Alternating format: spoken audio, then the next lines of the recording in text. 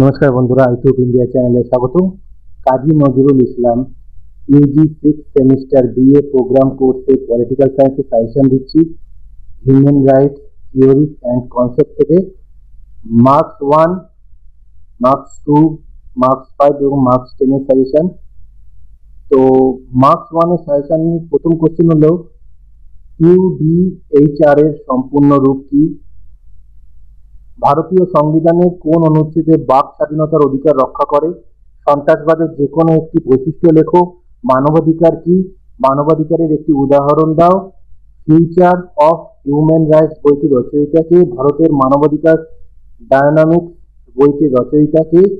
মানবাধিকারের যে কোনো একটি উদ্দেশ্য লেখো। কোন বছর বিশ্বজনীন মানবাধিকারের ঘোষণাপত্রটি গৃহীত হয়? ভারতীয় সংবিধানের কোন অনুচ্ছেদে সাম্যের অধিকারের কথা বলা হয়েছে? ভারতে কোন নিবন্ধটি সাংবিধানিক প্রতিকারের অধিকার নিয়ে কাজ করে? ভারত মানবাধিকার সুরক্ষা আইন কার্যকর করা হয় কোন বছরে? ভারতের সংবিধানে উল্লেখিত যে কোনো একটি ধারার উল্লেখ করো যা মহিলাদের মানবাধিকারের সঙ্গে যুক্ত। ভারতে পরিবেশ রক্ষা সম্পর্কিত যে কোনো একটি আইনের উদাহরণ দাও। ভারতে মানবাধিকার আইন পাস হয় কোন সালে? ভারতে মানবাধিকার সম্পর্কিত যে কোনো একটি আইন উল্লেখ করো। মানবাধিকারের যে কোনো একটি বৈশিষ্ট্য উল্লেখ করো। জাতিসংঘ কবে মানবাধিকার কমিশন গঠন করে? সার্বজনীন মানবাধিকার অধিকার ঘোষণার অনুচ্ছেদ 1-এ কি বলা হয়েছে? ভারতের যে কোনো দুজন বিখ্যাত মানবাধিকার কর্মী উল্লেখ করো। জাতীয় মানবাধিকার কমিশনের যে কোনো একটি কার্যাবলী বর্ণনা করো, অথবা ভারতের জাতীয় মানবাধিকার কমিশনের যে কোনো একটি কাজ লেখো। জাতীয় মানবাধিকার কমিশনের কতজন সদস্য থাকে? জাতীয় মানবাধিকার কমিশনের চেয়ারম্যানকে নিয়োগ দিতে পারেন। জাতীয় মানবাধিকার কমিশনের সভাপতি কার্যকালের মেয়াদ কত? জাতীয় মানবাধিকার কমিশনের সদর দপ্তর কোথায় অবস্থিত? এই হলো 1 নম্বর। 2 নম্বরের জন্য পড়বে মানবাধিকারের দুটি বৈশিষ্ট্য লেখো। ভারতের দুটি মানবাধিকার আইনের উল্লেখ করো। মৌলিক অধিকার ও মানবাধিকারের মধ্যে দুটি পার্থক্য লেখো। সন্ত্রাসবাদ কি? সর্বজনীন মানবাধিকার ঘোষণাপত্র আমাদের জন্য গুরুত্বপূর্ণ কেন? ভারতে মানবাধিকার আন্দোলনের যে কোনো দুটি চ্যালেঞ্জ লেখো। ভারতীয় সংবিধানের দুটি মৌলিক অধিকারের উল্লেখ করো। ভারতীয় সংবিধানের 14 নং অনুচ্ছেদের তাৎপর্য কি? ভারতীয় সংবিধানের 19 নং অনুচ্ছেদের তাৎপর্য কি? সন্ত্রাসবাদ বিরোধী কি? মানবাধিকার বলতে তুমি কি বোঝো?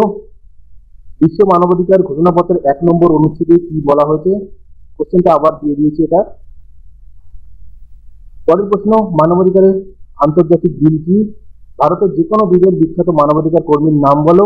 একটা জিনিস তোমাদের বলে রাখি, যেটা 1 নম্বরের কোশ্চেনগুলো আছে, যেগুলোতে একটা একটা করে পয়েন্ট লেখার কথা, সেটা দুটো পয়েন্ট লিখতে দিতে পারে 2 নম্বরে আসলে। তাই 1 নম্বরে যেগুলো দিচ্ছি সেগুলো দুটো করে পয়েন্ট করে রাখবে, তাতে তোমাদের সুবিধা হবে। ভারতের জাতীয় মানবাধিকার কমিশনের যে কোনো দুটি ত্রুটি লেখো। ভারতের জাতীয় মানবাধিকার কমিশনের যে কোনো দুটি ত্রুটি উল্লেখ করে। দুটো কোশ্চেন কিন্তু সেম কোশ্চেন হয়ে গেছে। যাই হোক, পরের কোশ্চেন হচ্ছে সাম্যের অধিকার কি? ভারতীয় সংবিধানের যে কোনো দুটি মৌলিক অধিকার শনাক্ত করো। তৃতীয় প্রজন্মের মানবাধিকার বলতে তুমি কি বোঝো? ভারতের জাতীয় মানবাধিকার কমিশনের যে কোনো দুটি কাজ লেখো। কোন অনুচ্ছেদে ভারতের সাংবিধানিক অধিকারের কথা বলা হয়েছে? মানবাধিকারের যে কোনো দুটি উদ্দেশ্য উল্লেখ করো। জাতীয় মানবাধিকার কমিশনের কতজন সদস্য আছে? আন্তর্জাতিক মানবাধিকার বিল কি? মানবাধিকারের সার্বজনীন ঘোষণার যে কোনো দুটি প্রবন্ধ সংক্ষেপে লেখো। ভারতে মহিলাদের মানবাধিকারের রক্ষা করে এমন দুটি আইনি অধিকার উল্লেখ করো। মানবাধিকার ও মৌলিক অধিকারের মধ্যে দুটি পার্থক্য লেখো। সন্ত্রাসবাদের সংজ্ঞা দাও। এই কোশ্চেনটাও দুবার লেখা হয়ে গেছে। 5 নম্বরের জন্য পড়বে মানবাধিকার আন্দোলনের বৈশিষ্ট্য লেখো। মানবাধিকার আন্দোলনের বিবর্তনমূলক পর্যায় সম্পর্কে সংক্ষিপ্ত টিকা লেখো। জাতিসংঘের মানবাধিকার ঘোষণার উদ্দেশ্যগুলি কি কি? ভারতীয় সংবিধানে বর্ণিত মৌলিক অধিকার সম্পর্কে সংক্ষিপ্ত নোট লেখো। ভারতের জাতীয় মানবাধিকার কমিশনের উপর একটি সংক্ষিপ্ত টিকা লেখো। ভারতের মহিলাদের মানবাধিকার রক্ষায় যে কোনো 5টি আইনসঙ্গত অধিকারের উল্লেখ করো।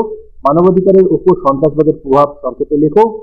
মানবাধিকার আন্দোলনের বিরুদ্ধে প্রধান চ্যালেঞ্জগুলি সংক্ষেপে আলোচনা করো, অথবা মানবাধিকার আন্দোলনের বিরুদ্ধে বড় চ্যালেঞ্জগুলি সংক্ষেপে আলোচনা করো।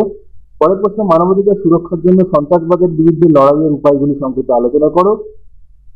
ইউডিএইচআর সম্পর্কে সংক্ষেপে আলোচনা করো, অথবা বিশ্ব মানবাধিকার ঘোষণাপত্রের যে কোনো 5টি অনুচ্ছেদ সংক্ষেপে লেখো।